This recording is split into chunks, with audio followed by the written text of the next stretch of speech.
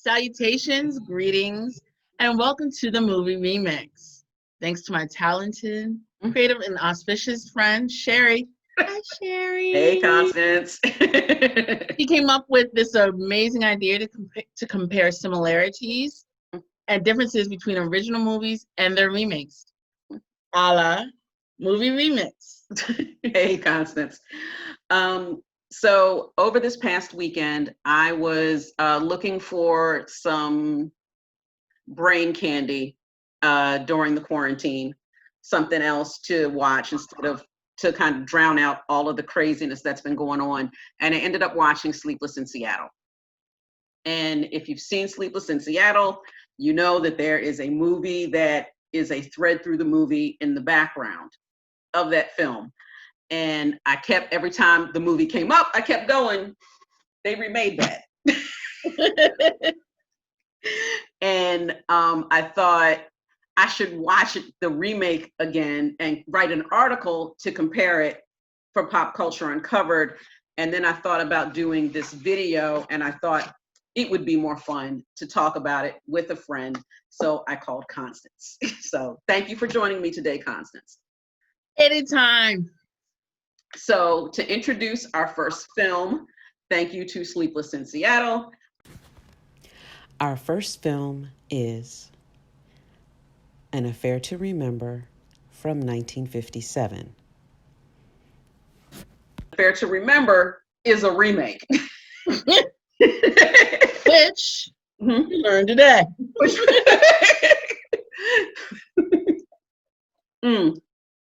The original version is called Love Affair from 1939, and it was remade again as Love Affair in 1994. So let's do the plot summary. You want to start, Constance?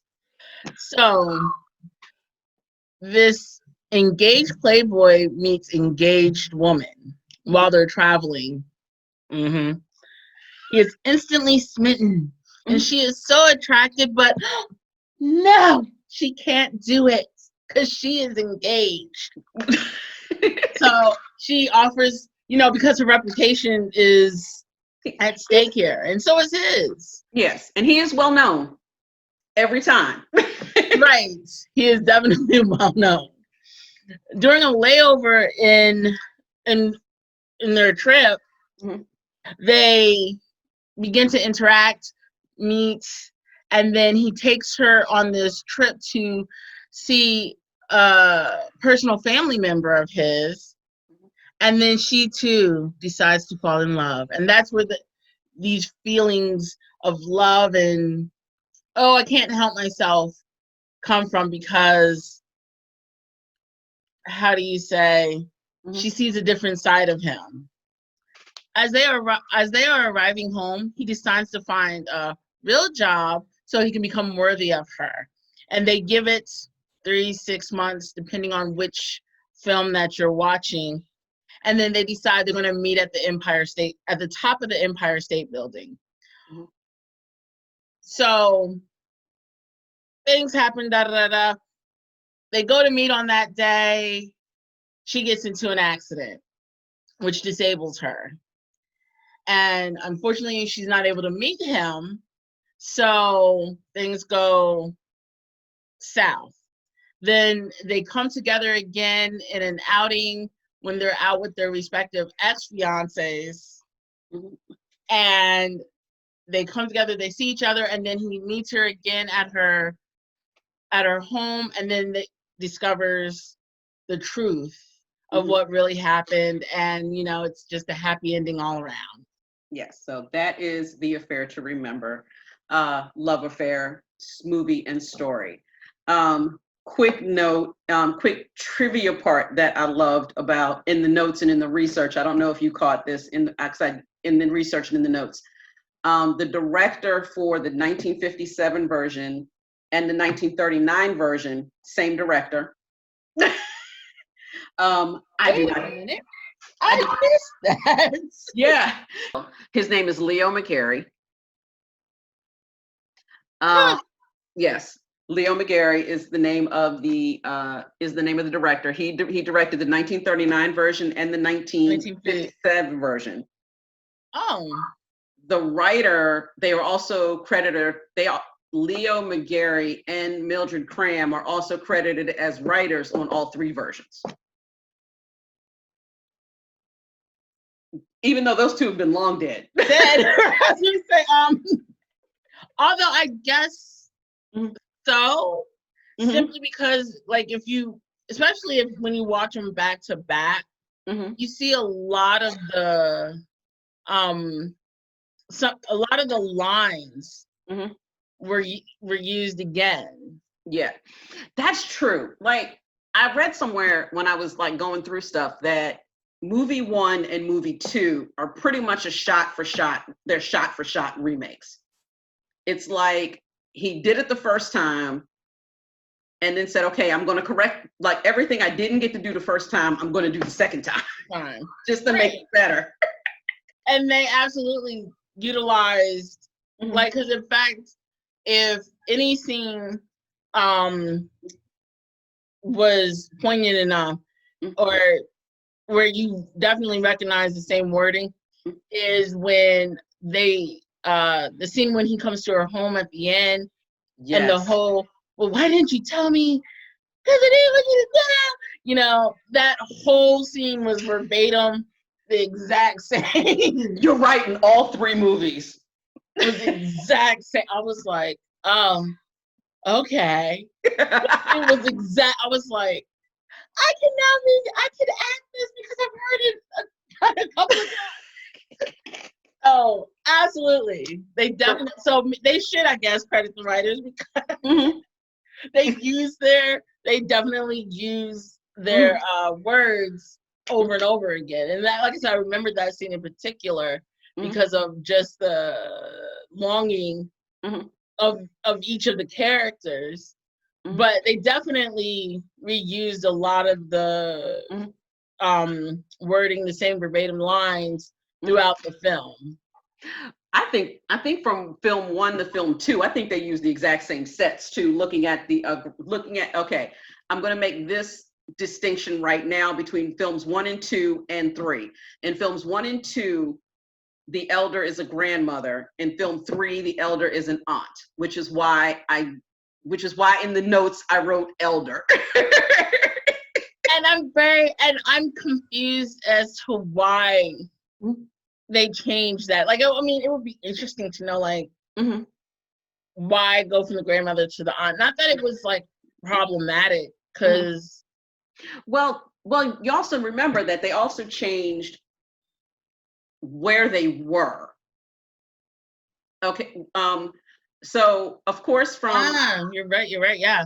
Okay, so we should say this. So in the original 2 versions, the couple are on a cruise from Europe to America. To New York, yeah. To New York. In the 3rd film, in the 1994 version, the couple is traveling from Los Angeles to Sydney, have to make they're on a plane, but they have to make an emergency landing on this little island, and then they end up on a ship, on a Russian ship, right? And then they end up visiting the aunt in Tahiti or Fiji or Hawaii.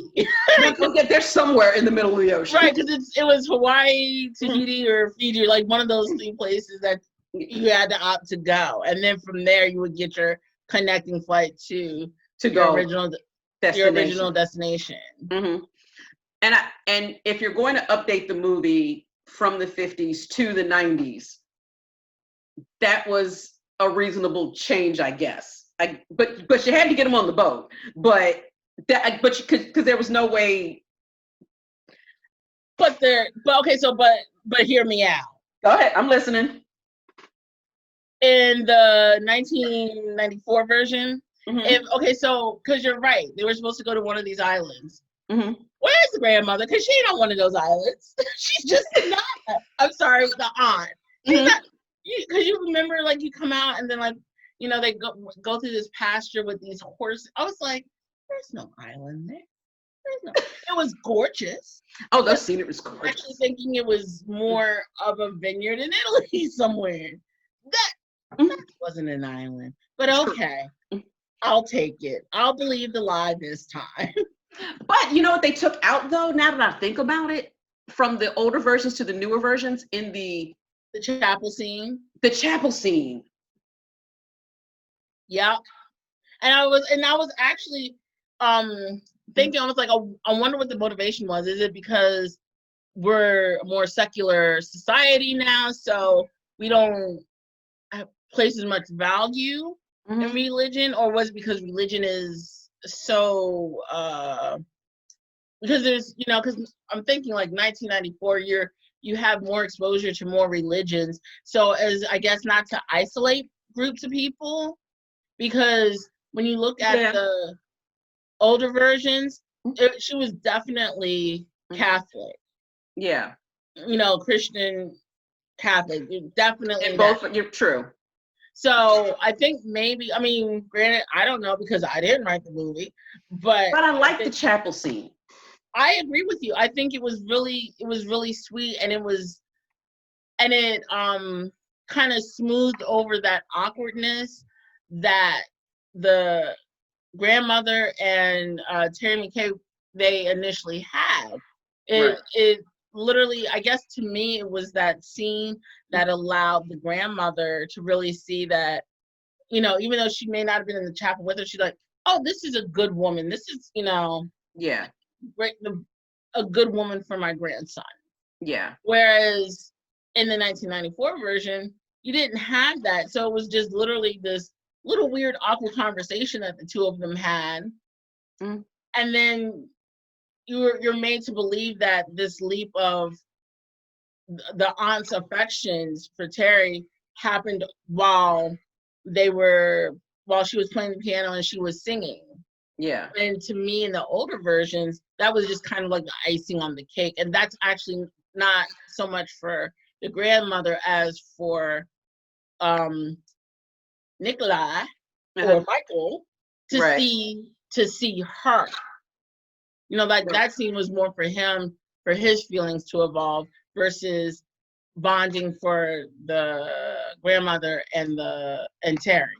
I agree. And I also think there's also something a little bit bonding about it for Michael, Niccolo, and Terry.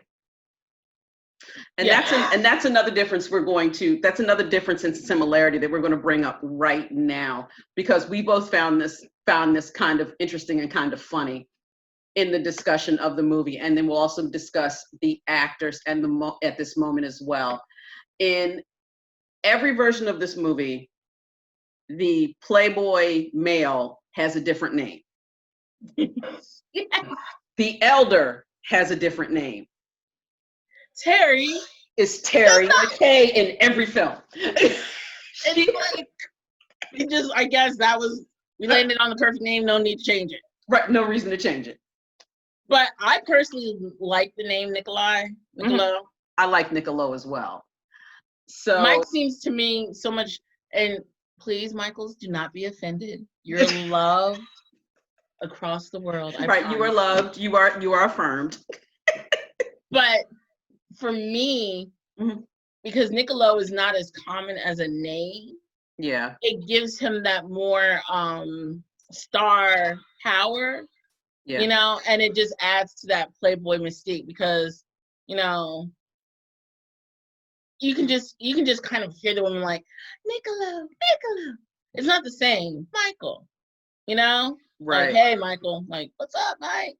That's right. That's just me. I agree. So for the original version of Love Affair, that's the original version of the film from 1939. The Playboy, as we've called him, is played by Charles Boyer, and his name is Michael Marnet. Terry McKay is played by Irene Dunn.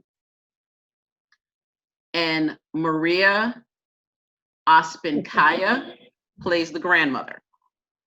Brava. I worked on that today. Go ahead and take Affair to Remember.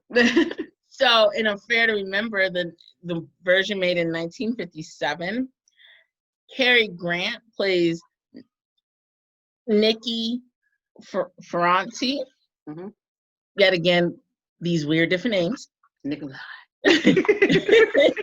Deborah Kerr plays Terry McKay, Mhm. and Kathleen Nesbitt plays the grandmother, Janu. Now, Love Affair in 1994, we get husband and wife, Warren Beatty as Mike Gambrell, his wife, as I said, Annette Bening, and Katharine Hepburn as his Aunt Jenny. This was Katharine Hepburn's final major film release, final big screen release. She did appear in another television movie later that same year, but this was her final movie release. Okay. Mm-hmm. A little bit of trivia. Yes. I have another little bit of piece of trivia because I thought this was funny. Kathleen Nesbitt was playing Cary Grant's grandmother. Yes. There's only a 15-year age difference. Wow. Wow. That's one hell of a makeup job. Right?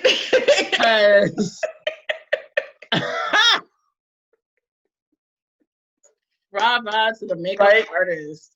Because I was looking into that. I'm like, I wonder, because when I read that about Katharine Hepburn, I was like, well, let me look into the other older actresses. Like, I'm just curious, were they also actresses, well-known actresses at the time at the end of their careers? Like, I was just curious. And no, like Kathleen Nesbitt had made like another 10 films after this. Maria had made like another 4 or 5 films after hers. So and there we are. And here we are. One of the things that we brought up when we kind of did our little pre-discussion outline about this film that we also found interesting was that in the first 2 films, we do not get a sense that Nikki or Michael Marnet had any type of job other than messing with wealthy women. Where maybe that's a job in itself. That might be. It might be. Where Mike Marnet, Warren Beatty, is in his universe was the Tom Brady, former football star, right? Television commentator. That's the word. That's what I'm looking for. Commentator. Thanks to the help of his girlfriend or his fiance. And he wasn't very good at it, apparently. Yeah. But they all imagine that. But they all like spending money that they didn't know they needed or had. That was actually the other thing that was really funny to me, real quick, is in the original versions, his go-to when he decided to get a job, he decided to paint. Mm-hmm. That was his thing. In the last version, even though he painted really well, the job that ultimately made him happy was being a coach for some, non-regular or, some unheard of college. That, so the painting was just something that he did once or twice just because he was good at it. Right. He didn't opt to do that as a way of actually making money. Right. Whereas the original, that's what he opted to do, was to become a painter. What I found interesting with the, I don't remember from the first version, but what is definitely interesting in the second version, in the Nicola Ferranti characters, that I remember that his agent said to him that if you would sign these paintings in your name, and sell them all tomorrow. And he would not do that. Right. He's like, I want to make my money. He's like, I want to sell these paintings as a nobody. and then I'll sign them. He's like, I want to know that I'm good before. Or right, in other words, right, because he wanted to know he was good Mhm. based on the merit of his work, not on his name. Yeah, yeah. And I thought that was a really interesting, because there's also something that the grandmother says in that scene before they leave the house, where she says he's extremely talented, but what the painter creates, the critic destroys. Ah, you're I right. love that line. You're right. She did say that. Mhm. That's an amazing line. That's an amazing line. Yeah, because because that's what she was saying to Terry. Mm-hmm. Yeah, as she's talking about her family member. Right. Mhm. Right, because either either the grandson or her the nephew. So we thought it was also interesting to talk about how the movie was received at the time it came out, at each time that it was released. The 1939 version had a budget of about $860,000 at the time. I did not do the inflation math. I don't know where that calculator is. I don't. And made $1.8 million.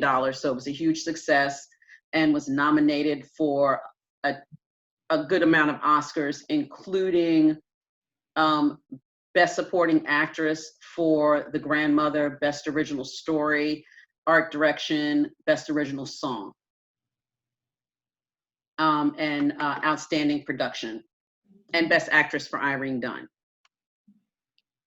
The 1957 version was one of the top grossing films of that year, on a $2.1 million budget, and made $3.8 million. Had nominations for Best Cinematography, Best Costume, Best Original Song, Best Original Score. Talk about the 1994 version. It did not do so well. The 1994 budget, 60 million. Mm-hmm. 60 million. Mm-hmm. It made 18 million and 0 for award nominations. Mm-hmm. And was critically just was very sad. Yes. In general, the 1957 version is seen as one of the most romantic movies. It is on the AFI, the American Film Institute, has a top 100 romantic movies list. This is the number one film. An Affair to Remember is the number one film on that list.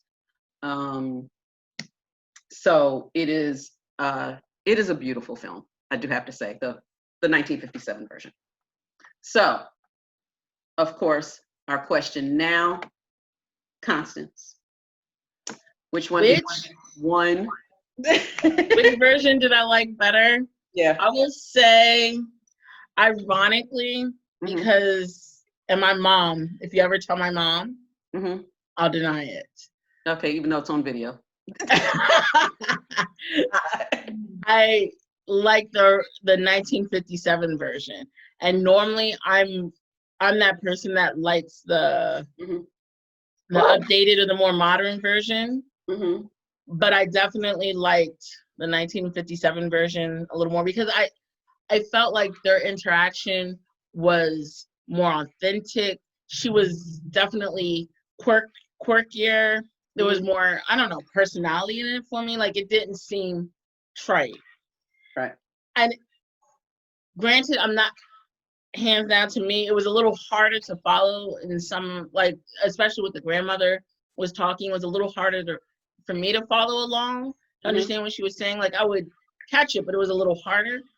But even with all that said, you know, because you definitely know an older movie when you see it, I like that version better. It was, to me, the actors were more authentic and genuine. So I can almost actually understand why the 1994 version I agree. And actually, I agree. I think with the 1957 version, as I said at some point in our conversation, I think because the director was the same director, I think he said, I'm going to make the film I really wanted to make in 1939 and corrected all of his mistakes. Like, not corrected his mistakes, that's not the word I want to use. I think In 1939 was the first draft. 1957 was the final draft. and he did a great job with the 1957 version. Yes, the 1957 version I think is actually perfect. I really enjoyed that. Because in the 1994 version, like I felt like they went a little extra and overboard, especially with like because you can take a cruise from point A to point B. Yeah. Like this whole plane thing, like that was and the playing around on, you know, changing, like it was just an element that was I guess not needed. I agree. The 1957 version wins.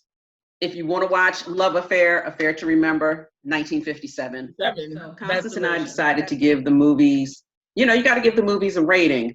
So we decided to be different and to use our favorite beverage, which is wine. So we decided to give each film a wine score. A wine score of 1, we needed 1 glass of wine to get through the film, is the best score a film can get. A wine score of 5, meaning we needed 5 glasses of wine to get through the film, is worst. So we have picked, so for Love Affair, 1939. 2.5 glasses of wine. I only needed 2. Actually 1.5. Actually, I didn't hate it. I needed 2.5. Not gonna lie. Affair to Remember. That's the second one. That's the second one. I only needed 1. I actually, for my cynical little self, I actually liked it. Yeah, it was. Yeah, that was a perfect film. Love Affair, 1994. I needed a good 4. Yeah, bless their whole hearts. They tried, but it's just like the chemistry, and that's yet again, it makes me really question their marriage. But they're still married. I don't. Yeah, you know, there's some other things going on there. Yeah, yeah. Bless their whole hearts. The chemistry just wasn't there for me. All right. I said what I said. The team and family at PCU had a conversation over the winter where we were noting that it seems like every generation of actors seems to remake the same films, such as Little Women. And we wrote an article about it. If they're going to keep remaking the films, who do we want to see in the films? So, as an homage to that article, as part of the movie Remix, we will be asking that question. So, Constance, who would be your dream cast for the primary characters for this film if they were to remake it? If they were to remake it, I would love to see Kerry Washington and Michael Ealy, or Junie Smollett Bell and Anthony Mackie. Okay, and the elder would be? For me, Felicia Rashad. The woman's just amazing. And I like Felicia Rashad. I do. I like her. I like that. And because I think if we were to ask anybody else, I think everybody, like if the movie was to go into production tomorrow, I think everybody would put Cicely Tyson in that role. And I love Cicely. I just like, we have to bring somebody else into that age range. Right. Into that elder age range. And there's nothing wrong with Cicely, but I feel like Felicia Rashad there's just something special about the way she already has that matronly feel, but she's a very classy and very regal woman. Yeah. And she could offer that role so much. Yeah, I agree. So I have a wish and a dream in this life to see Idris Elba do a Cary Grant role. I just do. So I just want to see that. And Terry McKay is supposed to be a singer because that is the job that she goes back to once she leaves her fiance. So Jennifer Hudson as Terry McKay. And for the elder, I want EGOT winner Whoopi Goldberg. And I feel like for all that is out there, and for all the people that are now have this question mark, I want you to explain that, Whoopi. I want you to explain Miss Goldberg as the elder. I think she would get. I think it would give us a different side of Whoopi, because the elder is soft. She is in her retirement years. She is in her last days because, as you are aware, if you've seen the films, the elder is dead at the end of the film. And I think and she's soft. She's softer. And I don't think we have seen a role yet when Whoopi is being soft. And I would like to see that from her. And I know she can do it. Well, there's that little bit of there's a little softness in her. Well, maybe not softness. Mm-hmm. In The Color Purple. Right. But maybe that's not necessarily, it's not the same soft. Right. So because I know I'm saying soft, but the grandmother is soft with a quick wit. Right. You know, so and I can okay. Mm-hmm. I would not turn the movie down if I saw Whoopi casted. I think Whoopi could do it.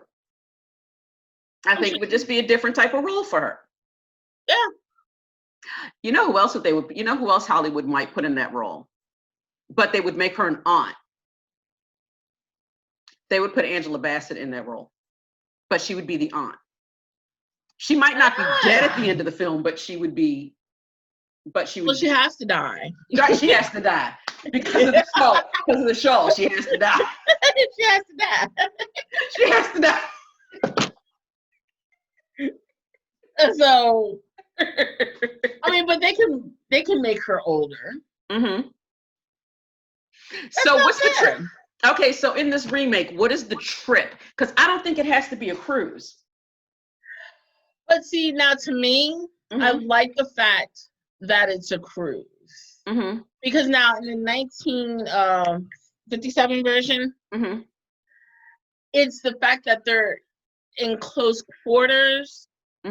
And then so they run into each other, and then the fact that they're trying to get away because they're trying to protect their reputations. I think that's the kind of dynamic that you're only really going to get on a cruise, because if they were on an island somewhere, it's not the same type of environment, because if you're in a stable place, if you were like I said, on an island, you have the freedom to relocate and go out and everything. Like, you're not going to keep running into the same people. And I think that's part of the thing that makes the 1957 version so much more fun too, was because everybody, like, they're trying not to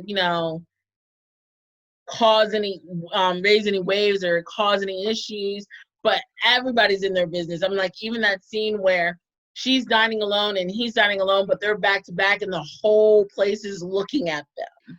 That's what is missing from the 1994 version. Yes, is that you don't have that same interaction that they were having outside of the guy with his wife and whoever the other woman was. Right. Outside of that, and I think that's what makes it so much more scandalous, is because everybody's in their business, like, oh, it's him, and he's got his new toy over here, and he's about to get married, but who is she? That's not the fiance. So the whole ship is just buzzing and is in their business, and you don't have that same feel. And it would be interesting in a 2020 version of that film is the social media aspect of it. Is that from 19? Think about it, because from 1957, it was the photographer taking pictures and people buying the pictures from the photographer.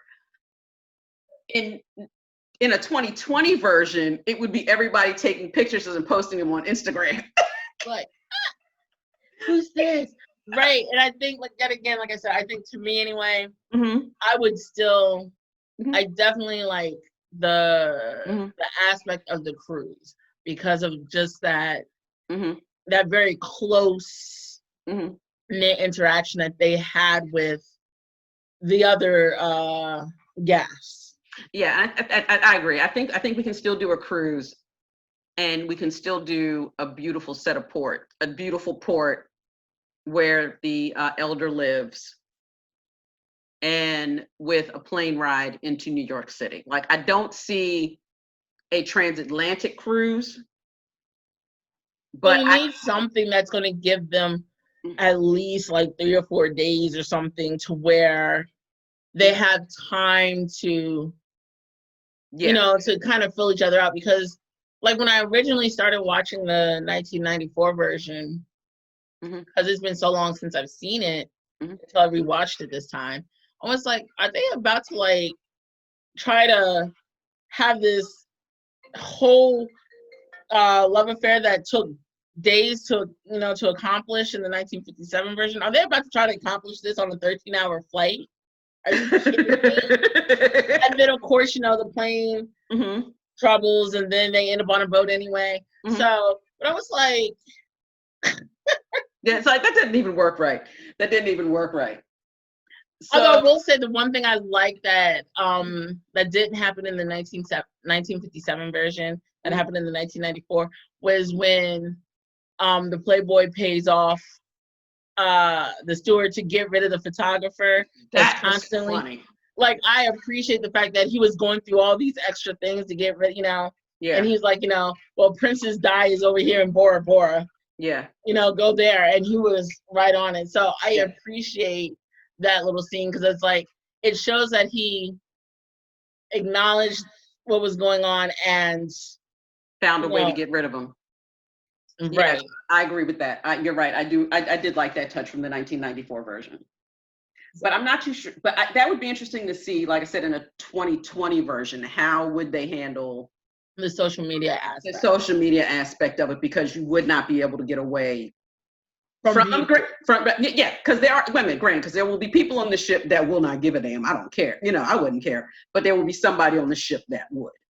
Which actually brings in, as a quick snippet, the fiancés, like both of their fiancés, amazing people. Like, oh yeah, you know, right. Both of their fiancés were awesome people. Because they handled this like, it's okay.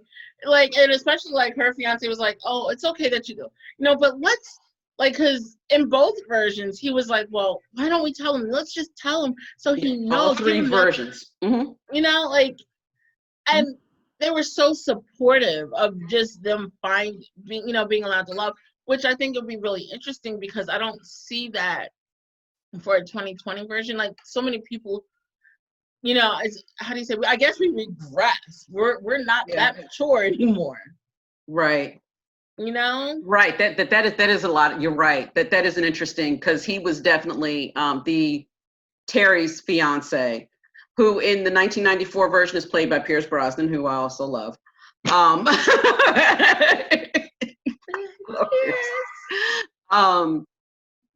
But every version of her fiance is, let us tell him, let us go get him and bring him here. No, Pierce wasn't, because Pierce didn't know, but the first two did. No, he knew. He knew. Okay, you're right. He did know. I apologize. Yeah, but yeah, because he did. Okay, so he didn't know before the show. I'll give you that. He didn't know before the end of the show, but he figured it out. Like, let's do something about that. And she was like, no. You know. Yeah.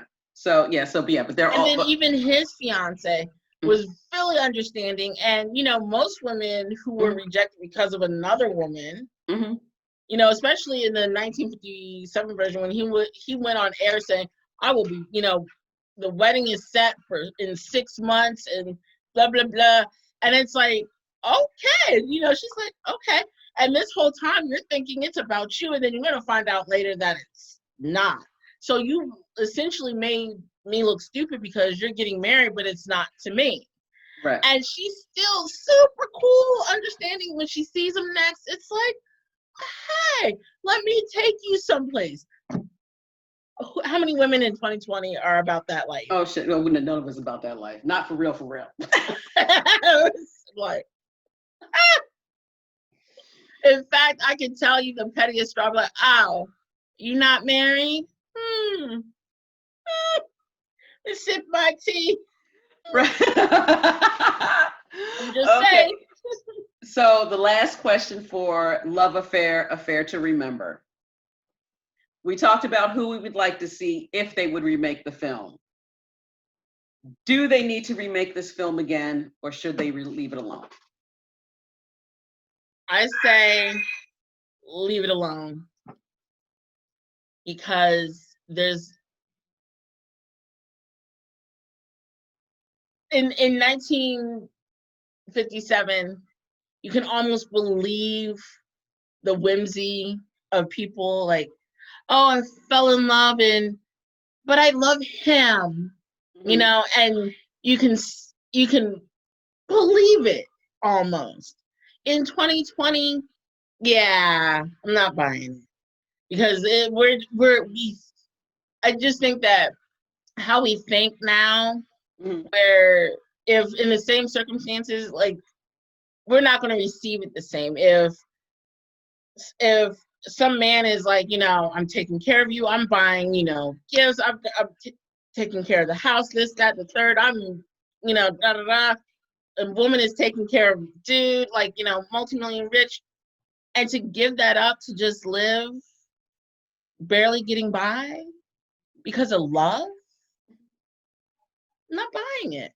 Just, and I mean, I guess maybe, you know, call me jaded.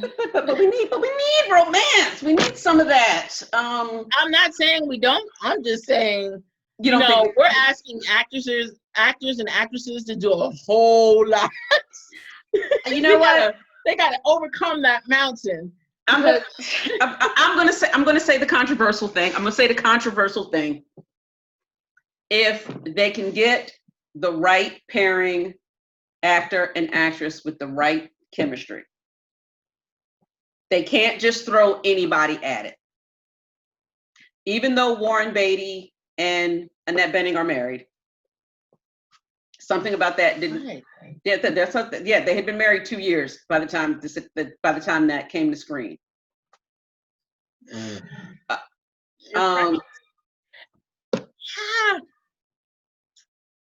That speaks to that marriage, huh? They still married. They still married.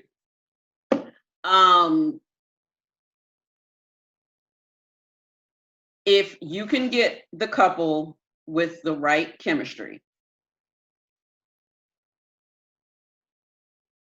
I think it can happen. I think it could work. And we will agree to disagree. So we will link, I will link in the show notes also below where we found all the films, so that if you want to watch all 3 versions of the films, we will let you know where they were.